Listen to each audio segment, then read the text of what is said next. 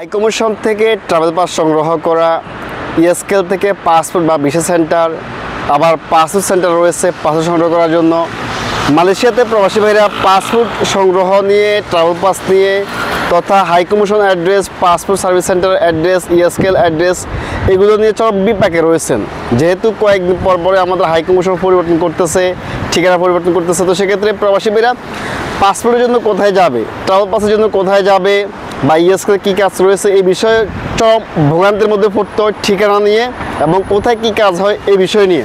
তো সেক্ষেত্রে যে সমস্ত প্রবাসী ভাইরা আপনারা যে শুধুমাত্র পাসপোর্ট সংগ্রহ করবেন, আপনাদেরকে যেতে হবে 30 জালান আমপাং, 30 জালান আমপাং আমাদের পাসপোর্ট সার্ভিস সেন্টারে।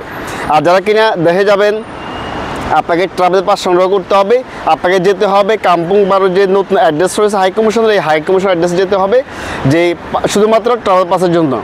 আর ইএসকেলে গিয়ে শুধুমাত্র আপনারা যে ই পাসপোর্ট রিনিউ করবেন এবং যারা কিনা অন্যান্য ভিনদেশিরা যেই বাংলাদেশের ভিসার জন্য অ্যাপ্লাই করবে, ইএসকেল গিয়ে অ্যাপ্লাই করবে। তো সেক্ষেত্রে যে যারা কিনা পাসপোর্ট সংগ্রহ করবে শুধুমাত্র আপনাদেরকে যেতে হবে 30 জালান আমপাং যে পাসপোর্ট সার্ভিস সেন্টারে, এবং যারা কিনা ট্রাভেল পাস সংগ্রহ করবে আপনাদেরকে যেতে হবে যে কাম্পুং বারু আমাদের হাইকমিশনের যে নতুন অ্যাড্রেস, এই অ্যাড্রেসে যেতে হবে।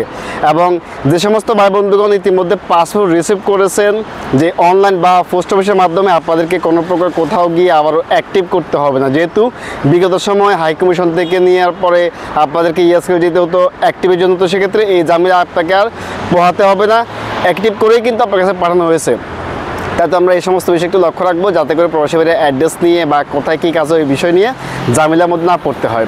এবং এই বিষয়ে আরও তথ্য রয়েছে, চোখ রাখুন প্রবাসী ফেসবুক পেজে, এবং কি আরও বিস্তারিত তথ্যের জন্য বিভিন্ন যে দিক নির্দেশনার জন্য যোগাযোগ করতে পারেন আমাদের পেজে, আইডিতে নাম্বার রয়েছে, হোয়াটসঅ্যাপ করতে পারেন। ধন্যবাদ।